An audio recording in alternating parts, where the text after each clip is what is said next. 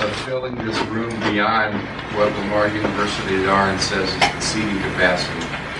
I will inform President Meridian that it can now seat 112 people. He will be pleased for many. When I look out at a crowd like this, I'm reminded of a day in 1983. I was afforded and given for the first time in my life a wonderful honor and a wonderful privilege. I was invited by an international group of mental health professionals to speak before an international group of health professionals in Europe. I went over in 1983. I was a sophomore in college at the time, and I expected the crowd to be 30 or 40 people. They told me that the speech would be held in an auditorium. That was the first time in which I had the tremendous honor of sharing the stage with Dr. Viktor Frankl. Before the speech, we were behind a curtain, and the noise grew louder, and the noise grew louder. And I began to think, this is a lot of noise for 40 people.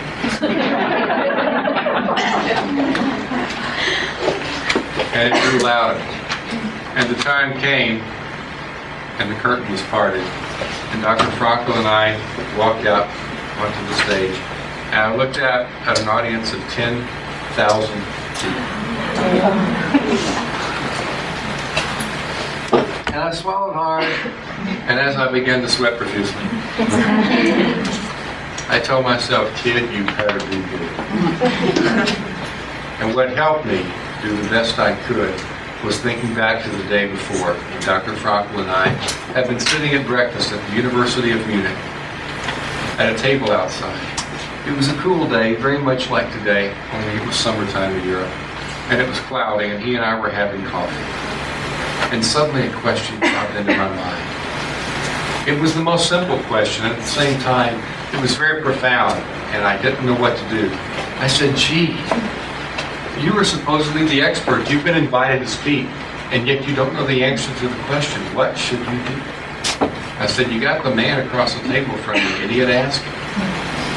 So I looked up and I said, Victor, what is logotherapy? And he told me the following story. He said there was once a traveler who went to a foreign land. He came upon 3 stonecutters. As he approached the first stonecutter, he looked down and he said, what are you doing? And the first stonecutter looked up and said, I'm cutting stone. What the hell does it look like? The traveler then approached the second stonecutter. And he said, sir, what are you doing? So the second stonecutter looked up and said, I am shaping a cornerstone. I'm busy. Please leave me alone. The traveler then approached the third stonecutter and posed the very same question. What are you doing? The third stonecutter gently put down the mallet, gently put down the chisel, looked up at the traveler and said, I am building a cathedral. That's what. And that, Jerry, is the essence of logotherapy. It is future oriented. It is looking at what can be instead of not only what is. It is looking at goals. It is looking at dreams, and it's looking at hopes. To understand the essence and what this really is about, I need to tell you a little bit about Viktor Frankl, the man. Viktor Frankl, born in 1905 in Vienna, Austria, had many questions as a child. When he was in the American equivalent of junior high school, he was taking a biology class. His biology teacher, and he told me this story personally, one day announced to the class, in the final analysis, life is nothing but a process of combustion. Whereupon the 12-year-old Viktor Frankl leapt to his feet and said, then what meaning does life have? He was adamant. He was insistent. He wanted an answer. If it was only combustion, then what meaning did life have? Viktor Frankl was pondering questions that were so profound at the age of 12, most of us never even consider such questions throughout life. But he wanted to know. He had to know. He started out at the ripe old age of 20 studying the work of Sigmund Freud. He began as a psychoanalyst. At the very mature and ripe age of 21, Viktor Frankl published his first professional article in the International Journal for Psychoanalysis, a Freudian journal. However, he soon became disenfranchised with psychoanalytic theory. He didn't think it was pleasure and sex that motivated everybody. And so he left Freud's theory, and he became an Adlerian. At the ripe old age of 23, Viktor Frankl published his second professional article in the field of psychology in Alfred Adler's journal, the International Journal for Individual Psychology. However, after a year, he became disillusioned with Adler's theory.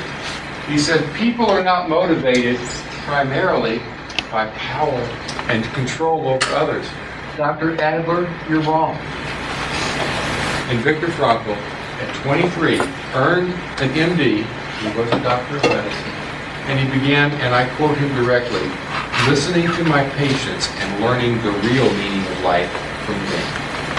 That is what he did at the age of 23. About this time in Europe, it was the 1930s. For those of you who know much about history, and almost everybody does, to be a Jew in the 1930s and early 40s in Europe was not a good place to be a Jew. Viktor Frankl was a Jew. He, however, had a slim chance. With all of the incarcerations and all of the deaths and all of the imprisonments that were occurring, Viktor Frankl was given a visa to immigrate either to the United States or to Great Britain. However, no other member of his family was given such a visa. And Viktor Frankl personally faced a dilemma. He faced a testing ground and he faced a choice. What should I do? Should I leave and be safe, or should I stay?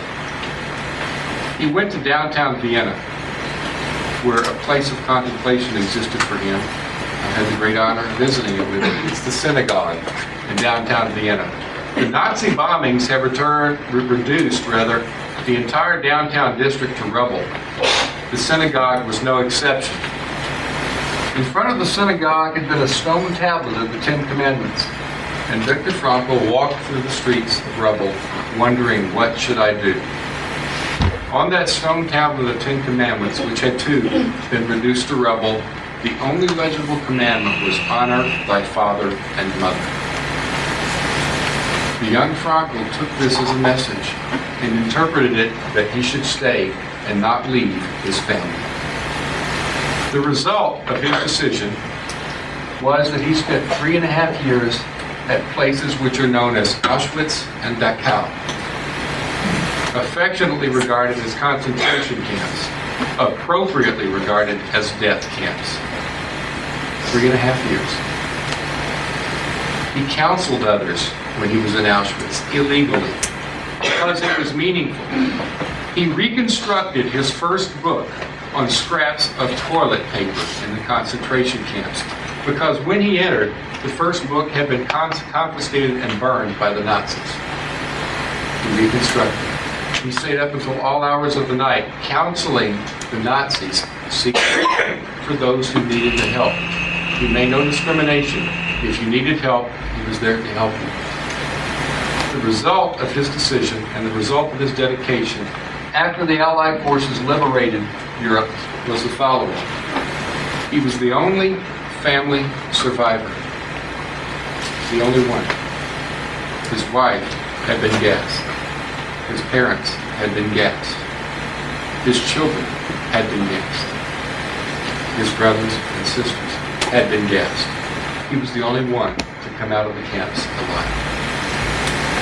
Almost as if it were a purging, he wrote a book which is on your handout entitled Man's Search for Meaning, his most widely distributed book in 9 consecutive days. The whole book was written in 9 days. I see some students out there. Please hold back your complaints about term papers. He wrote the whole thing in 9 days. He then proceeded, within the next 5 years, to publish 14 more books. Since then, he has published 35 more books and over 200 articles. These have been translated into 44 different languages. Viktor Frankl has to date, and the man is 87 years old, made 63 international lecture tours. He went back to school when he got out of the concentration camps because he felt that an MD was woefully inadequate and that his education was lacking. So he went to the University of Vienna and earned a PhD to go along with it. He said, they taught me the medicine, I needed the philosophy. So he's a double doctor. He is a wonderful man. I've had the honor of sharing the stage with Viktor Frankl on many occasions, 1983, 1985, 1988. Most recently, last summer, we shared the stage, to my honor, in San Jose, California. And it is anticipated, his health permitting, that we will do so again this summer in Vienna, Austria. I can't explain to you what a privilege it is. He is a simple man, he is a caring man, he is a compassionate man, but he is also a man who doesn't put up with a lot of flack. There was a press conference in Munich, Germany before the conference in 1983, and he was asked many questions. One reporter said, Dr. Frankl, what is your theory of logotherapy all about? In front of all the cameras and the European press corps, Viktor Frankl said, that's a silly question, read the book. Next question.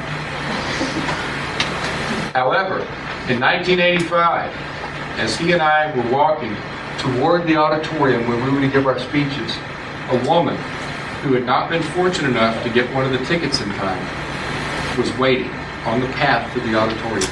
She waved. There was an entourage of security surrounding us, and she screamed, Dr. Frankl, Dr. Frankl, I could not get in to hear you. You have but a moment. He stopped. And he and I went over to the woman right then and right there. And security said, oh my God, what are we going to do? You're late. And Viktor Frankl turned to security and said, the other people paid $10, they can wait. We went to the woman, and he and I had the privilege of spending 15 minutes with her.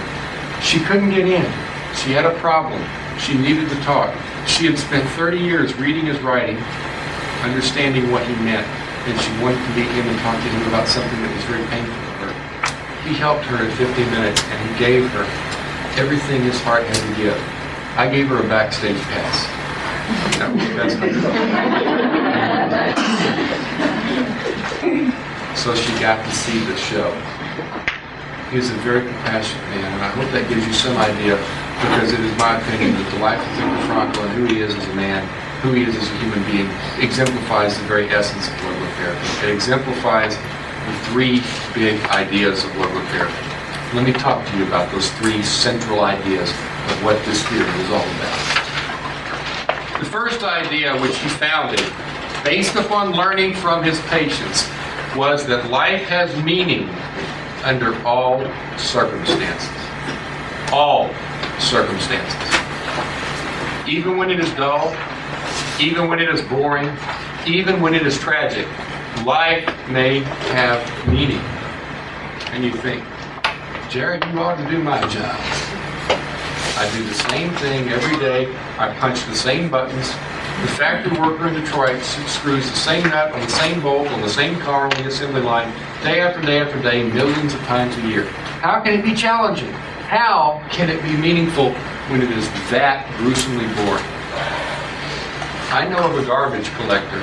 His name is Kazimir Popilski. Kazimir lives in a suburb of Warsaw, Poland. I met him in 1983. Let me tell you what Mr. Popilski does. He drives a dilapidated garbage truck 364 days a year. He takes one day of vacation off. He drives the same streets, and he has been driving the same route around Warsaw for 35 years. They give him a new truck about every 8. That's it. He picks up the same garbage over and over and over. How could Mr. Popilski derive meaning? It's so boring. It's the same routine every day. This is what he does. Before Casimir puts the garbage into the back of the truck, he sifts through it with his hands. And he finds broken and discarded toys. Toys which people have deemed useless, unworthy of keeping, too bad to repair. Throw it away. Casimir pulls these toys from the rubbish and puts them in the front of the truck. He then proceeds along his rounds. When he arrives home, he takes the broken and discarded toys to the workshop in the back of his house. He then has supper. After supper, he goes to the workshop, and until the wee hours of the morning, he works to repair the toys. The one day off every year that he takes his vacation is Christmas Day. Casimir Popilski loads his garbage truck up with bag upon bag upon bag of toys and goes to every orphanage in the suburbs of Warsaw. And to every child who would spend a lonely, painful, no-present Christmas, he gives them a toy. And that is how Casimir Popilski changes a boring routine job into the most meaningful thing he can do. He gifts himself by giving gifts to children who otherwise would be ignored at Christmas time. That's what he does. The second central idea of logotherapy. The search for meaning in life is the primary motivator of our behavior. It's what drives us. It's what makes us do what we do. Not pleasure, as Freud maintained. Not power, as Adler maintained. We are not determined by the environment, as Skinner maintains. We search for meaning in life. If we know of a reason, a person, or a cause, we can get through a lot of rubbish and a lot of garbage and a lot of pain to reach that ultimate meaningful goal. How may this be demonstrated? In 1943, in one of the concentration camps that was located in Poland at the time, some rotting potatoes had been stolen. The Nazi guards became incensed. They were angry. Rotting potatoes had been stolen by one of the inmates of the camp. You see, the inmates, and I use that term loosely, in the concentration camps had this following diet: 5 ounces of watery soup and 1 piece of bread a day. And they worked for 15 hours in hard labor. So they stole potatoes to supplement their diet. The guards were so angry they lined up the entire prisoner camp population. And they said, "Someone betrayed the guilty party. Tell us who stole the potatoes." Not one finger was raised. Not one voice was heard. No one would betray the guilty party. The Nazis then said, "Okay, until you do so, we will kill every 10th man. We will send them to the gas chamber." Down the line of prisoners they went. Number 1, step out. Number 11, step out. Number 21, step out. On and on. The men were quietly walking toward the gas chamber, and they moved. The Nazis, by chance, happened upon one man, number 121, Viktor tells me, who was one of the few men in that camp who it was known that his wife was still alive. His family was still alive. He was one of the few people in that camp who had at least a chance to get out of that hell with his family intact. But he was chosen. Instantly, the man behind him, a Catholic priest named Father Colby, stepped out and looked at the guards and said, "May I please be gassed and die to this man?" The guards were only interested in numbers, and they said, "Sure, we don't care, we just want to kill." Father Colby stepped out, and Father Colby quietly walked to the gas chambers, and with his head held high, Father Colby died with dignity.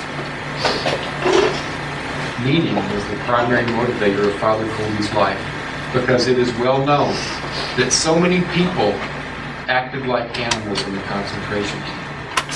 They hurt others. They killed others.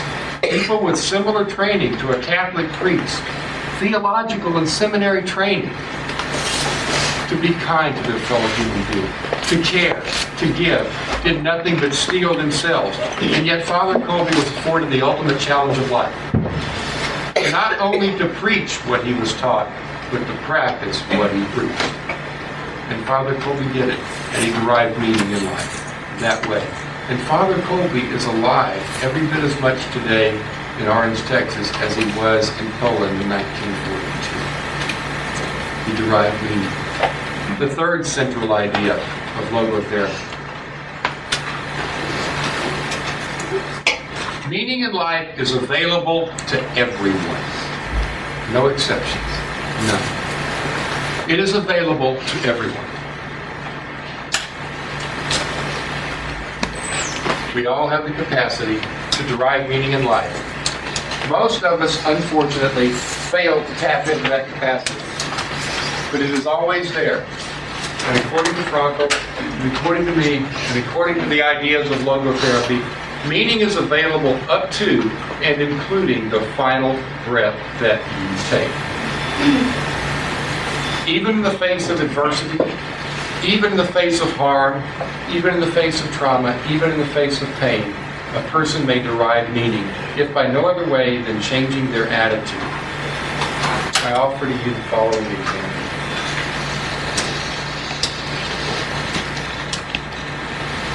In 1988, a woman who was a nurse at MD Anderson Hospital in Houston, Texas, had a problem.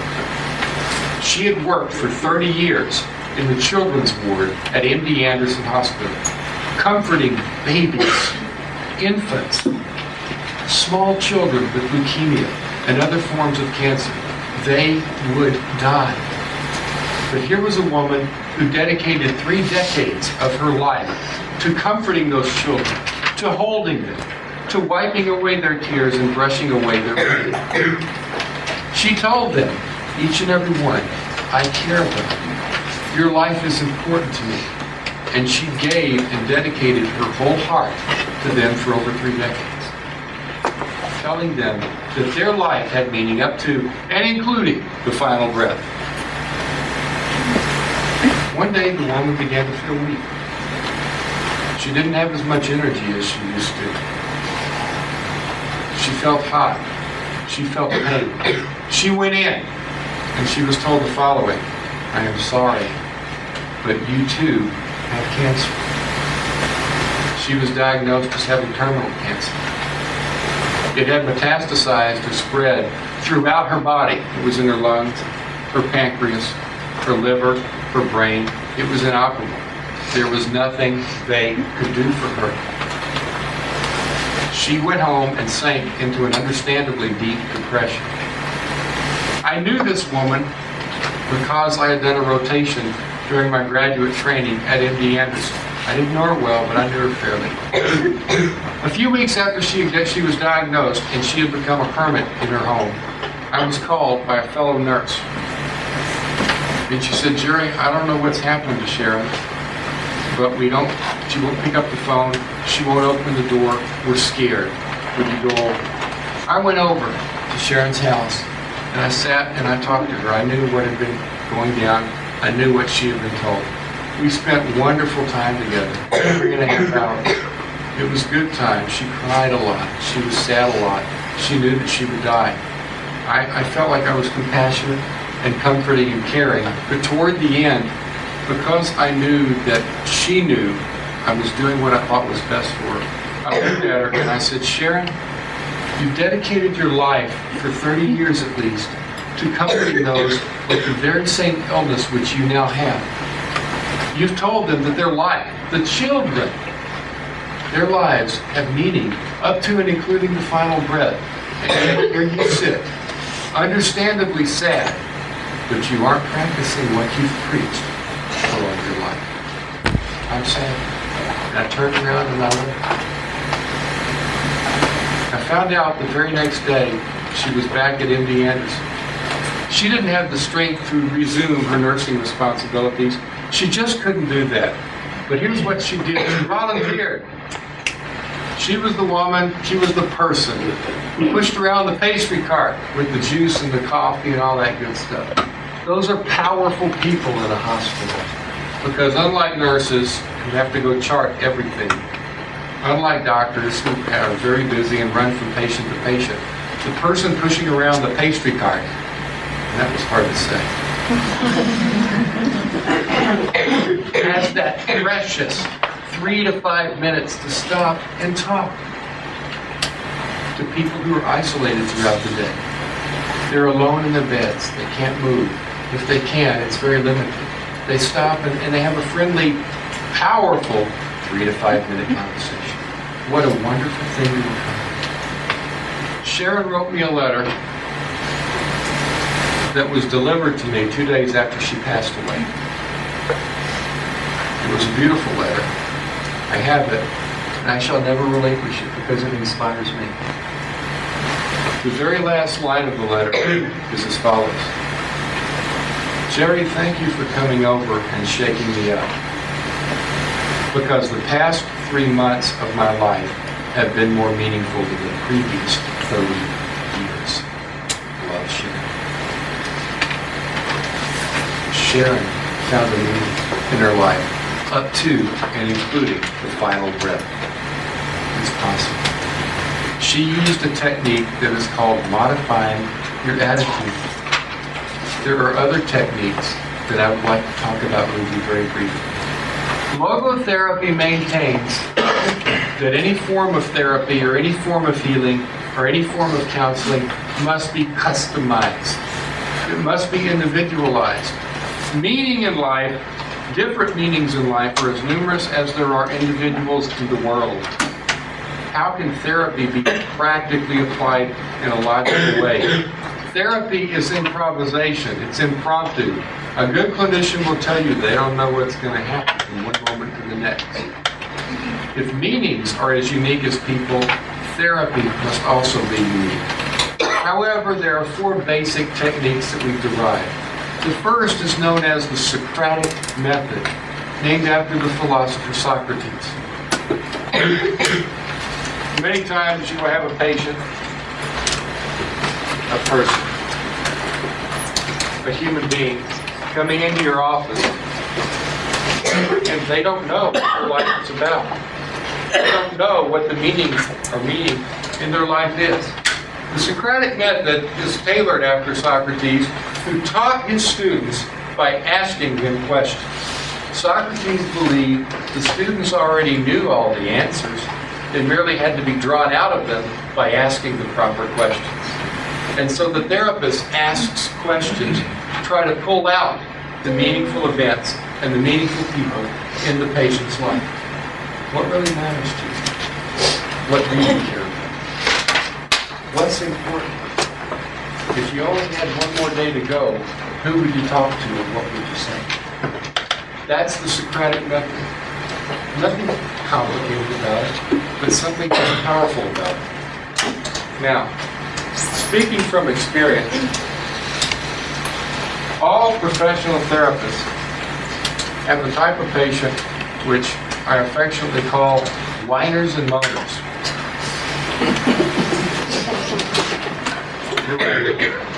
These are the patients who will come in and after 6 weeks they go, well, life still sucks.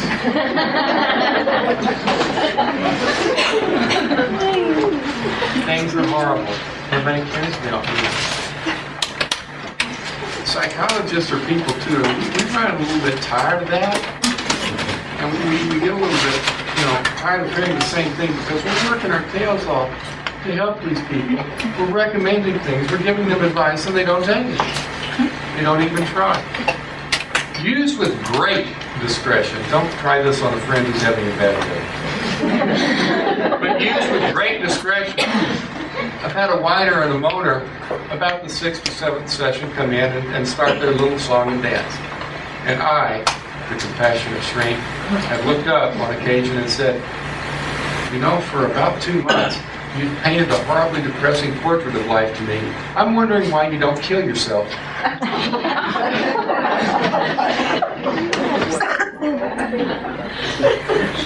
And they look up and they're like, my shrink is asking what? Many times what I will get when I do that is a gut response of, what about my son? But what about my family? But what about that book I want to read? That is one of the meaningful things in their life. When they come back at me with that, I've got something to work with. Better put, they've got something to work with. Meaning has been drawn out. The second logotherapeutic technique, paradoxical intention. Paradoxical intention. It's most often used in cases of phobias and compulsions. Be a pro to use this one. Don't try this on your friends who keep the house too neat or too messy. There was an American diplomat stationed in Vienna, Austria. He had a problem. Whenever he would go out to the airport to greet foreign dignitaries, he would get real nervous. And as a result, his hands were not clammy, they were drippy wet. Well, it's not very couth when you shake a diplomat's hand and it goes blue. Scientific term. Blue. He underwent 5 years of psychoanalysis to find out why his hands were dripping, why he experienced so much anxiety. The psychoanalyst said, well, it's obviously because you're still in love with your mother.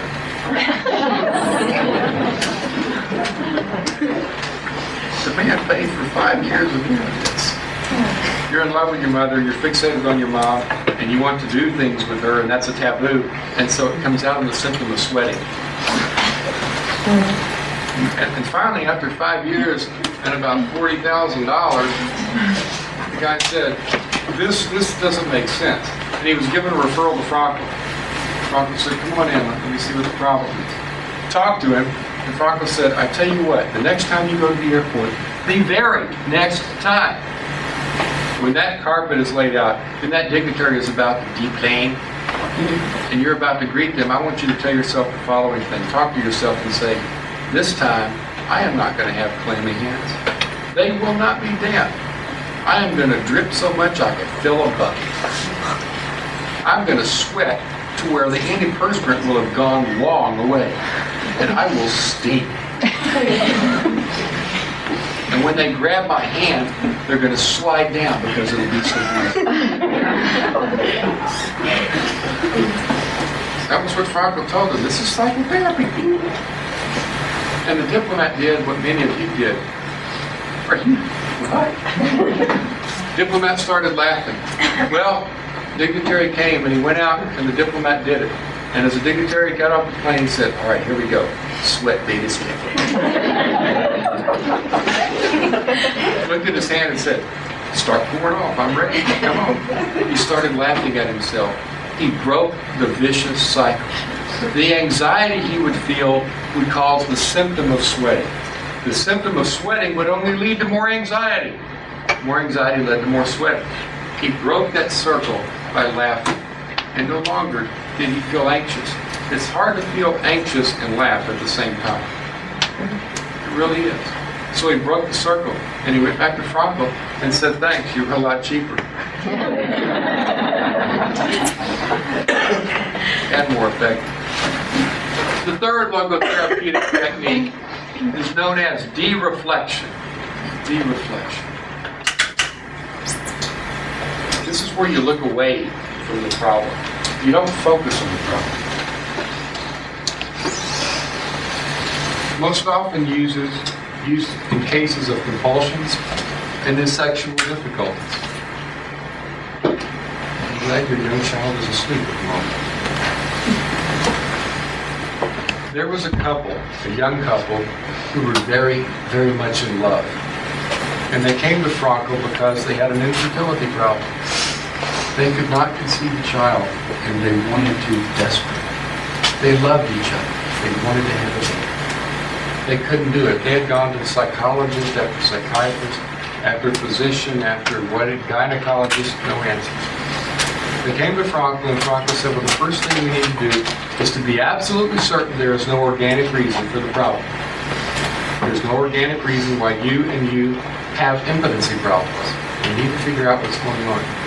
Went to another MD, got a checkup, nothing was physically wrong. Frankl asked him, well, what happens when you engage in the behavior which leads to the conception of a child?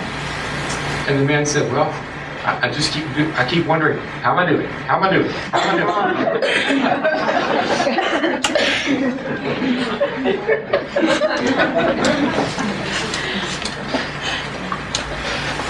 Frankl asked the woman, I know it's personal, but what do you do? Well, Dr. Frankl, I tend to go, how am I doing? How am I doing? How am I doing? What happens? Nothing happens. Okay. Frankl's prescription was as follows. He said, I understand that your parents have a cottage in the Alps. Is that correct? I prescribe that you all take a weekend vacation and go to the cottage in the Alps. However, here are the ground rules. You may kiss. You may caress. You may touch. You may pet. You may hug. You may hold. But by no means are you to have intercourse at all. That is forbidden for the weekend. Is that clear? Couple looks up. We can kiss. Yes. We can touch. We can hug. Yes. But we can't. No. They drove up, very perplexed at this prescription, and they got to the cottage. They went inside, made a fire, and they sat by the fire, and they were hugging, and they were smooching. And suddenly, both of them said, we don't have to worry about any of the pressure. An hour later, bingo. It happened. 9 months later, along came Julie. They had no problem, because what de-reflection did was, both of them were experiencing anxiety. How am I doing? How am I doing? How am I doing? This led to the symptom called impotence. I'm not performing very well. Oh my God, more anxiety. How am I doing now? Not very well at all. Less than last time. More anxiety. Frankl broke the circle by saying, in so many words, don't focus on yourself. Focus on pleasing your partner. Focus upon loving your wife. Focus upon expressing your love for your husband. Don't worry about yourself. Let nature do it. And nature did it. The last time Victor talked with me, they had 8 children.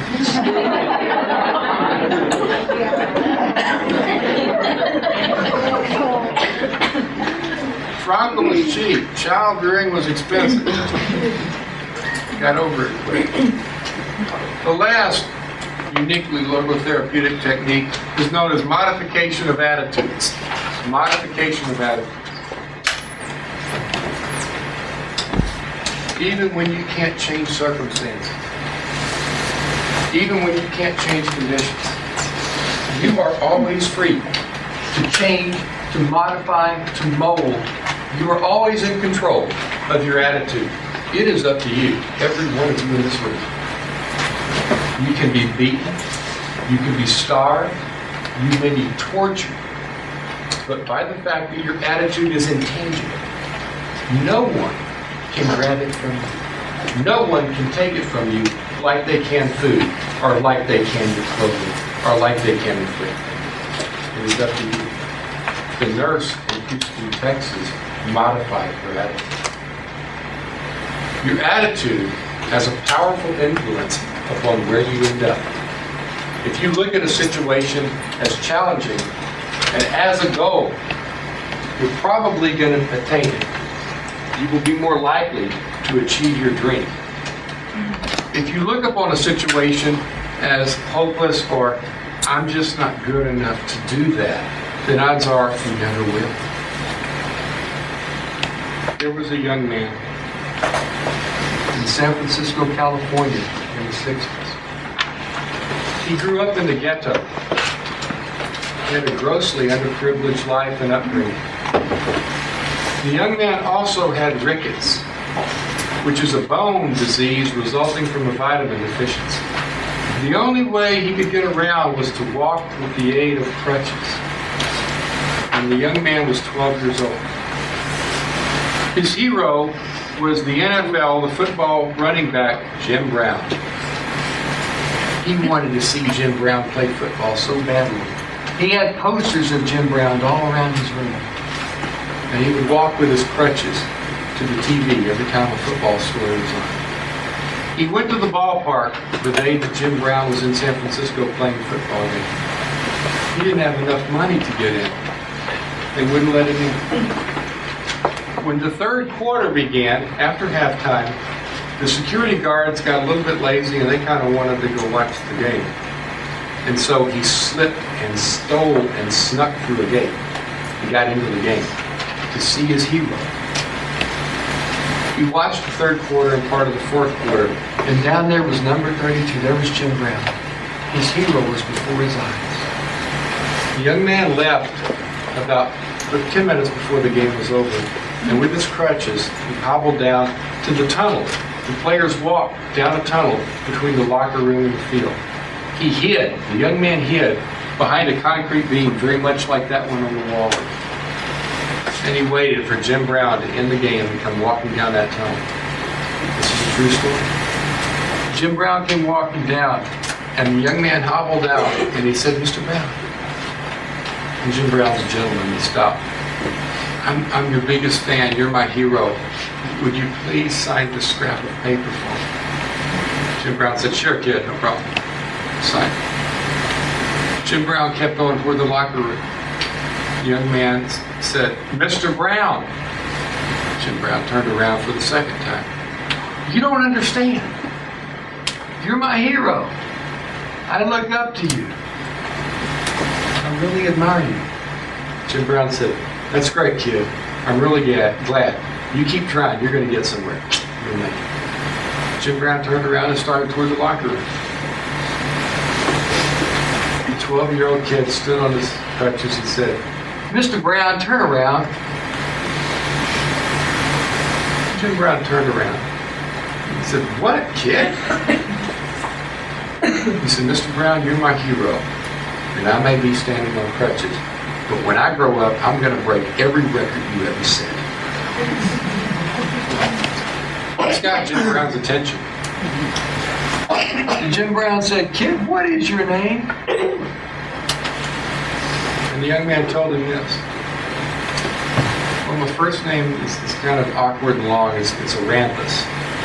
My middle name is James. My family name is Simpson, but my friends call me OJ." And O.J. Simpson grew up to break every record Jim Brown ever set. He had an attitude of, "The rickets ain't going to stop me. The braces will not stop me." And O.J. Simpson, by modifying his attitude at 12 years of age, became the all-time record leader for rusher in the history of the National Football League. That is modification of attitudes. And that's the power that you can have, not only for Simpson, but for you. What is logotherapy? It's about that continuum. It's about caring. Logotherapy is about listening. It's about trying. It's about hoping. It's about dreaming. It's about caring, and it is about, most of all, living. 3 years ago, I was teaching in Houston, Texas, at the University of Houston. I was also doing some psychotherapy as well. It was not that unusual for me to get calls in the wee hours of the morning by patients in crisis, or sometimes by students in crisis. I got a call at 2:30 a.m. one morning. I answered the phone with a groggy hello. The person said, "Is this Jerry Long?" And I said, yes it is. And the voice on the other end said, "You don't know me, Mr. Long. I'm not a student of yours. I'm not a patient of yours, but I want to die. I'm ready to die."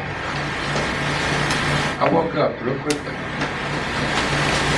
There was no more dimness and no more numbness. After she said that, over the phone, I heard her cock the pistol. And the sound of that click was very loud. I said, "Would you at least give me a chance? Let's talk before you shoot yourself. Please, let's talk." And so we talked. And I said a lot of things, and I gave her a Reader's Digest version of what we've heard today. And I tried. And then I looked up and it was 3 a.m. and she said, "It's 3 o'clock in the morning." I said, "Well, I'll tell you what. will you promise me something? I said, I don't know. What do you want? Will you come to see me at my office at 9 o'clock in the morning? I won't convince you. I won't even try to convince you not to kill yourself. I'm only asking for the chance to see you and look at you face to face. Okay? She said, well, I can promise you that I won't do anything until then. I'll at least do that. I said, okay, and we hung up. 9 o'clock the next morning, I went out to the waiting area in the clinic where I work, and I asked for her by name. And she said, this is me. I said, let's go on back. We went back to my office. No sooner was the door shut than she said, Mr. Long, if you think for one single minute that all of those wonderful arguments you gave me last night about life being meaningful and life having a purpose made one bit of difference, then you are sadly mistaken.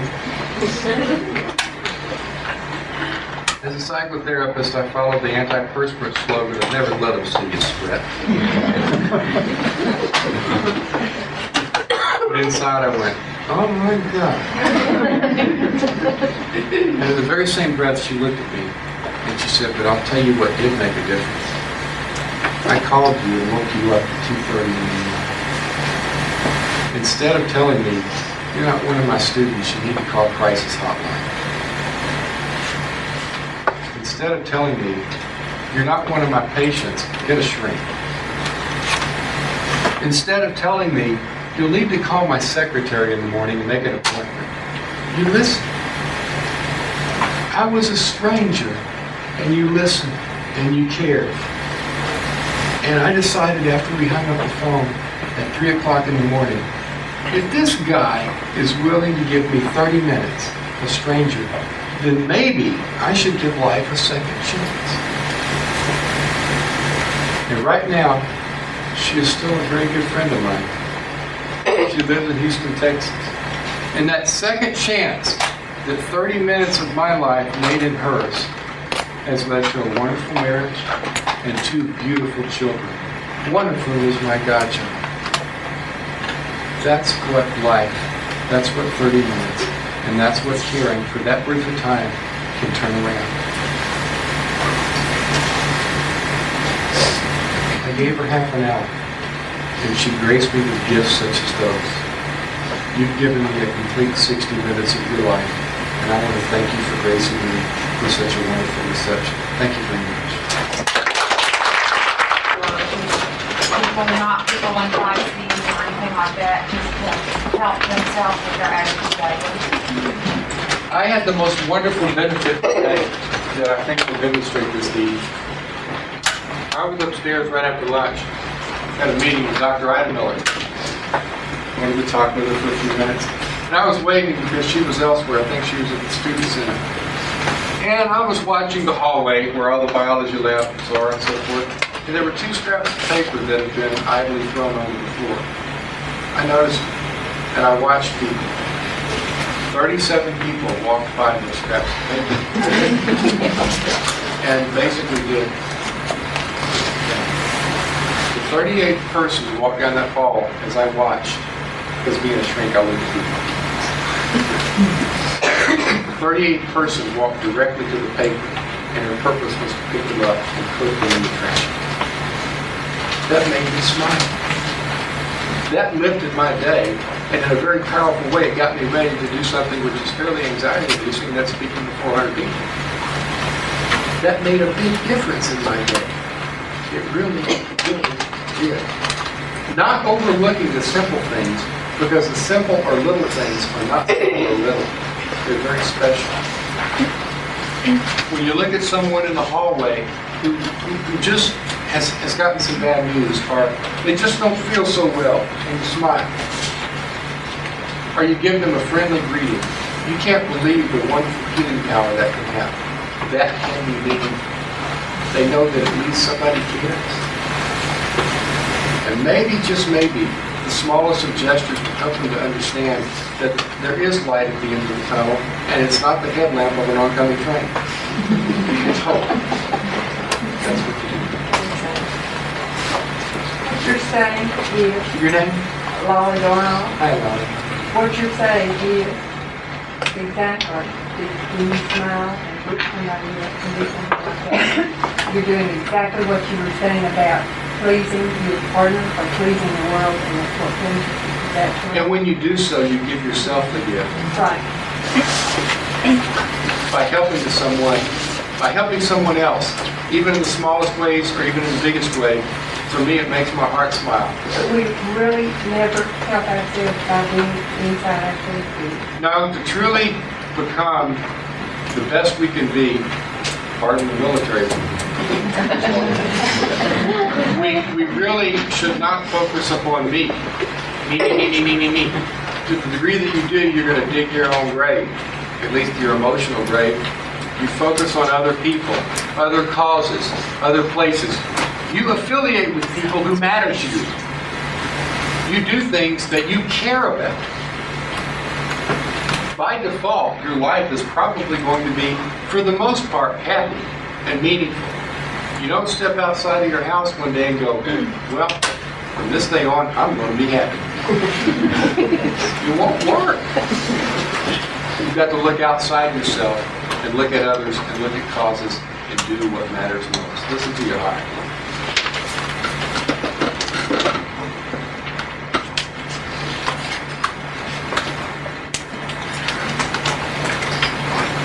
In the back, Kathy, hi. Hello. So, would you say that the essence of it is Would you please speak up? I'm real old and I can't hear well. Would you say the essence of it is selfless behavior then? The essence of it is selfless behavior. The logotherapeutic term for that is self-transcendence, to go beyond the self.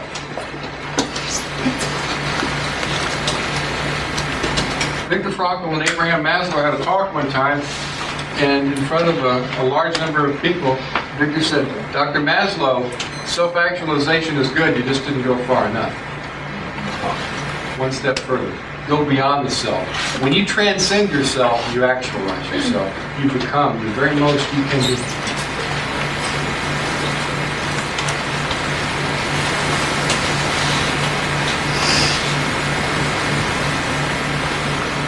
Don't be bashful. You're persistent, all right? I'm sorry, I gotta ask one more. Don't be sorry. Okay, is this then accept people choosing when to die for themselves? Yeah. Your attitude has a horribly powerful impact upon your physical health as well. And many times you will find that when people lose hope or when they make a choice to die, this is in the absence of suicide. Let's call it a disease process or whatever. Soon thereafter, physical health deteriorates. But actually I was referring to suicide. When people not have meaning in their death, they're on choice. According to logotherapy, and that's the way I'll respond because I think that's what we're talking about. To choose suicide is to choose against meaning, not for meaning. When you choose suicide, there is no other alternative. And something that I have said to my students holds true. It's hard to do therapy or get better with a corpse. When you do not choose suicide, when you go, it's horrible, it's hell, and it hurts, but at least you keep a pulse, you've got a chance. At least you've got a chance. That's the only way. Choosing suicide is not a meaningful choice. It is a choice against meaning and against very much. Yes. When you are working on this transcending yourself and becoming the best you can be, which you told us is true, is it not normal that we have valleys? And what do we say to ourselves when we have the valleys of thinking we're not living up to our actual theories? That's a problem that I encounter each and every day of my life. And to be immune from having valleys or sadness or down days means that you're a guy, you're not human. We are all human, and we're going to have those times. It's the attitude with which we approach those times. For example, if I do something lousy, or I do something bad, or I do something wrong, for me to not grow from it would basically be for me to say, Jerry, you're a horrible person. equating the failure with who I am as a human being. The healthier way, and what I try to do, is to say, you blew that one. Boy, that could not have been screwed up better if you had tried. But what you did was not so good. You're still okay. Work on getting better. It's an attitude. It's an attitude. When I emerged from the hospital in 1977 after sustaining a broken neck, I didn't know what was going to happen with my life. The doctors looked at me and looked at my parents in 1977 and said, "You will be very lucky if you live 3 years." And I said, "You'll be real lucky if you ever see me again." And we didn't mean the same thing. It's 15 years later. The doctor's dead and I'm kicking. I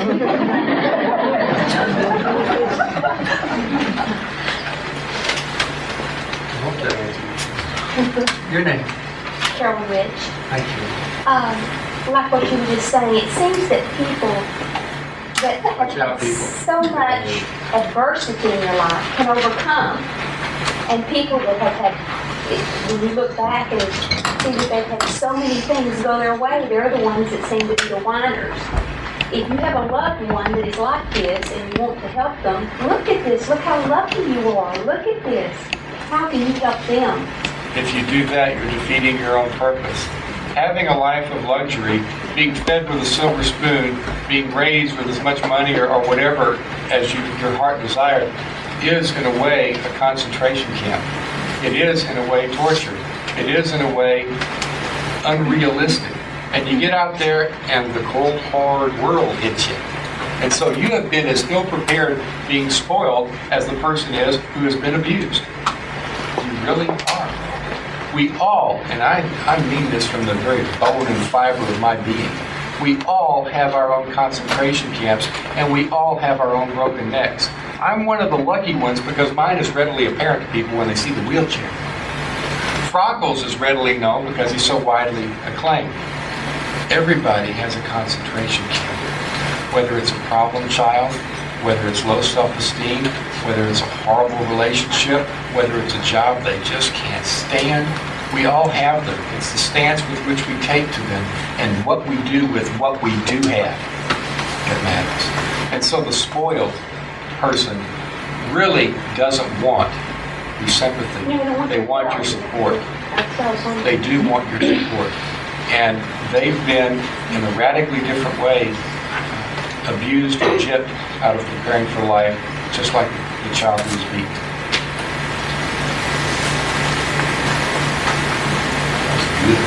That's good. That was your question, not me. Every time I look up, that camera cue. Others. Nancy? Jerry, how do you deal with the rejection of your efforts to try to help someone? Don't let me kill him. How do I deal with the rejection of my efforts to help someone?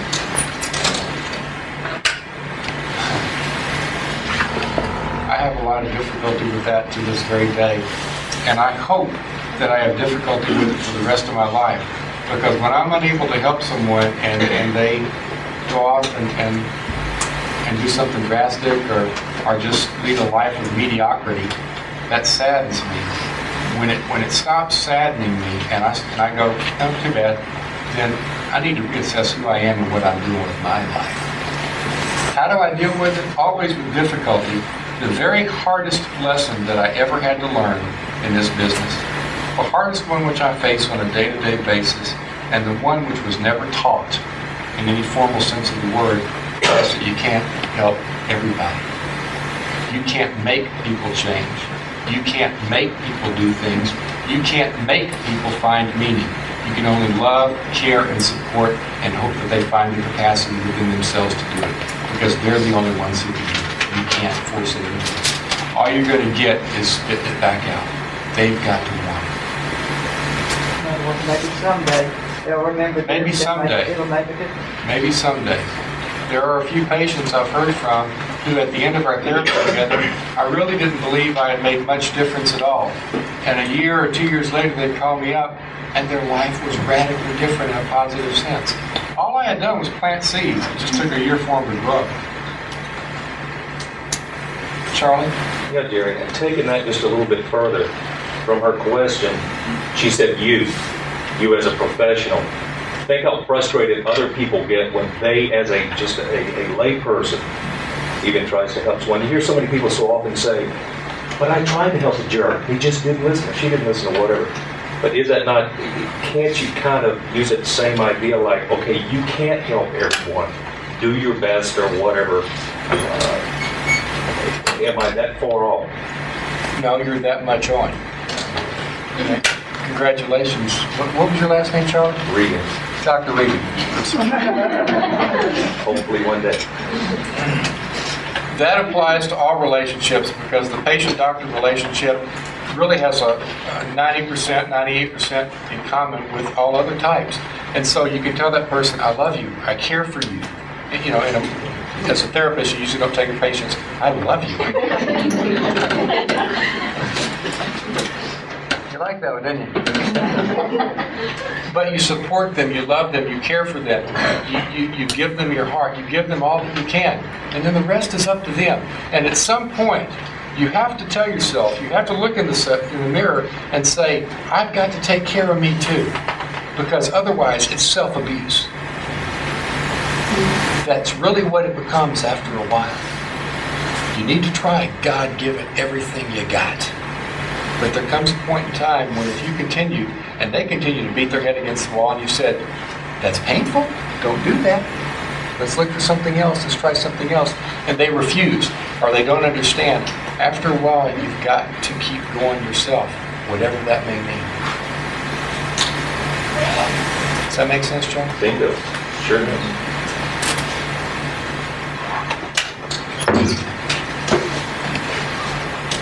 Your name? Pat, let me get to the stage, okay? Without killing someone. Bodily damage will be covered by the warrant.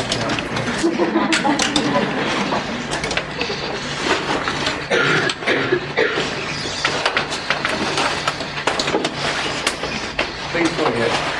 Okay, I've listened to this and it's fascinating because I'm a born-again spiritual Christian. In my growth, I've been one for 18, 19 years. God has taught me exactly what you said today. You said nothing that I haven't been taught. Where does religion, if you don't mind me asking, if you do, just tell me, I'm not it. Where does religion focus in your life in Dr. Frankl's life? It's the same thing, just What is it?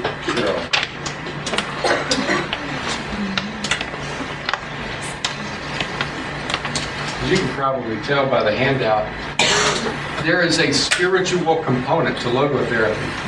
Otherwise, you probably wouldn't have book titles like Psychological Ministry, The Doctor and the Soul, The Doctor and the Idiot, and sometimes they're one and the same. Where does religion fit in? Many people who are strict theologians have said that, Frankl, you've done a terrible injustice because you snuck in religion by the back door. And Viktor said that if that's the way I got in, I'll take it any way I can. Logotherapy maintains that human beings are spiritual creatures. However, that spirituality must be interpreted on an individual, one-by-one basis. For some people, it is an Orthodox Christianity or an Orthodox organized religion, Judaism, Muslim, whatever, that we know about. For others, that spirituality may take the form of nature as their God, if you will let me phrase it that way. Cosmic reality, mysticism, a lot of different things can be their religion or their spiritual component.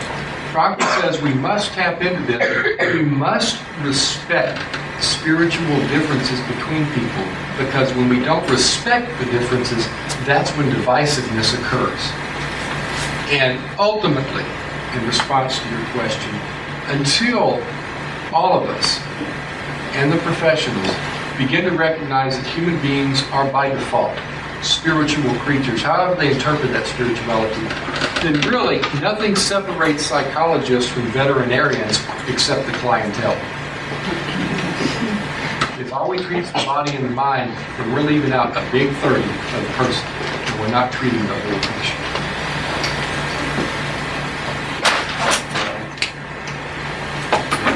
Good answer? Thank you. I tried. There's a parable that comes to mind when you were mentioning the, even to the last breath.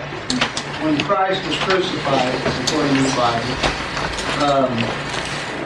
one of the robbers or thieves, as it were, that was to his right or to his left, I'm not trying to practice theology or anything like that, but he changed one of their convictions. One did not accept him, and one did right after the moment of death, or right before the moment of death.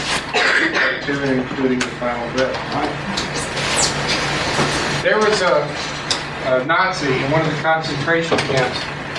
Viktor said, "He's the only person in my life, Jerry, who I would truly call a Mephistophelian character." And what Mephistophelian means is somebody who really gets pleasure out of seeing torture inflicted upon others. They like to see people hurt. More than sadist. It's sickening. He said, that is who this Nazi was the whole time I was in the camp. And about 15 years after the war was over, Frankl happened upon someone who knew this particular individual.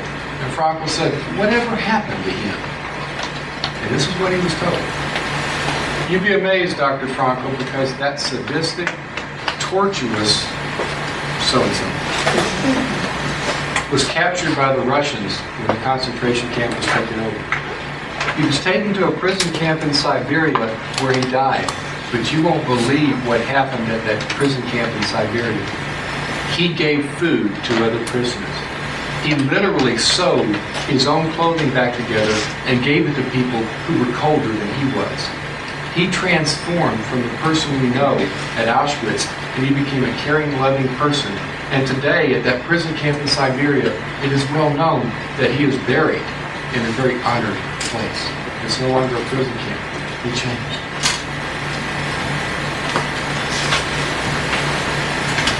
Those of you who have written any questions down, will you please pass them toward the aisle?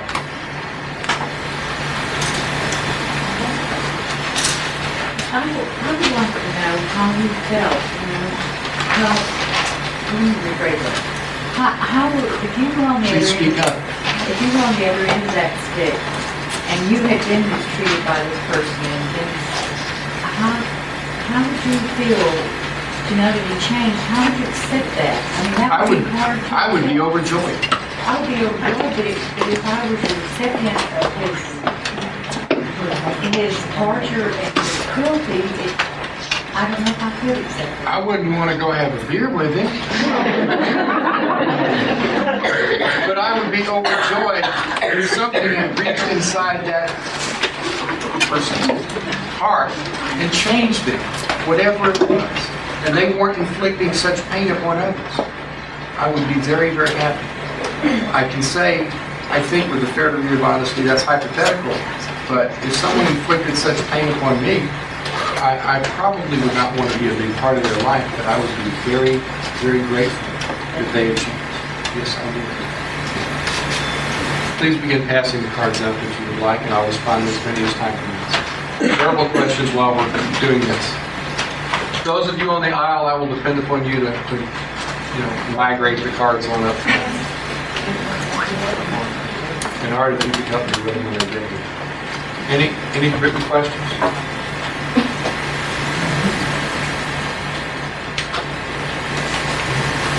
Any more verbal questions before we call in there? Do you feel that each time a person that is in such a state of mind that they want to commit suicide, do you feel like when they reach out and call someone that they are asking for help? Absolutely. They're screaming out, even if they're yelling at you, would you please help me? Even when they call you names and they fuss at you and they're ugly and they say, leave me alone. Go hug them. You'd be amazed what it can accomplish. Without it, it won't get better. I had a conversation with my sister not too long ago, and she didn't have to tell me that she was thinking of suicide, but I was the only one she told. And Something is special there. Grab a hold of it, keep her alive. She's worth hanging around. and I did that. And see, a logotherapist you didn't even know. A colleague, huh? Yes. I used to work at a place and we had to think up a slogan, you know, kind of like a little motto to go by. And the best one everyone could ever come up with was just the golden rule, and that's all you're saying. Just, you know, treat other people like you want to be treated yourself. A little bit more. I'm not putting down the Bible. It doesn't even have to be from the Bible. It can just be treat other people. Even better than you would hope many treat you. The best way to get to your enemy is to smile at them. It really is. You get them. They can't stand it. True story. And I'll end with this very true story that exemplifies that. It's a Buddhist monk in Japan, and this is third hand, but the people I trust inherently, I don't think they would lie or alter the story to me. A Buddhist monk in Japan was walking down a path in the woods, and he was accosted by a robber. He was beaten, and every bit of the little bit of money and things that he had were taken from him. And the robber raised a knife up above, ready to plunge it into the Buddhist monk's chest to kill him, so there were no witnesses to the crime. And the Buddhist monk looked up, and instead of getting angry, instead of fighting back, he looked up and he said, God will forgive you. And the man cried, dropped the knife, dropped the money, and ran into the jungle. Don't run away. Do what she did. And when somebody cries out, go up and smile and give them a hug and be as wonderful to them as you've been to me. Thank you very much.